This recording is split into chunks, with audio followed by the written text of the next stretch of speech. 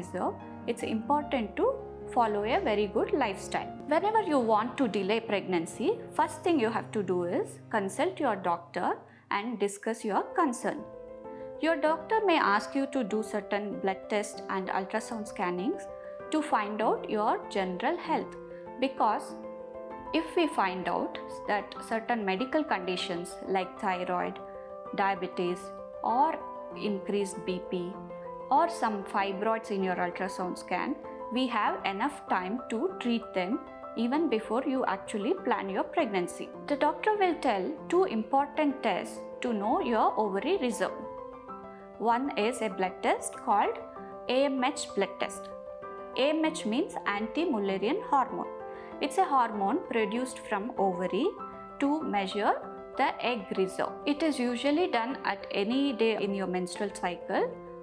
Good AMH, increased value of AMH means you have good reserve, and decreased level of AMH means you have a very less egg reserve. The other important test is ultrasonography with AFC, that is antral follicular count. It is nothing but a count of baby eggs in earlier days of your menstrual cycle.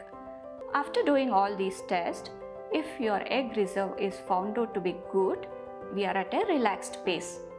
But this does not mean you can delay the pregnancy infinitely. Retests, reconsultations with your doctors at time intervals are very important to confirm that your fertility is maintaining. Suppose if your tests tell that you have very egg reserve, then 2 options are there.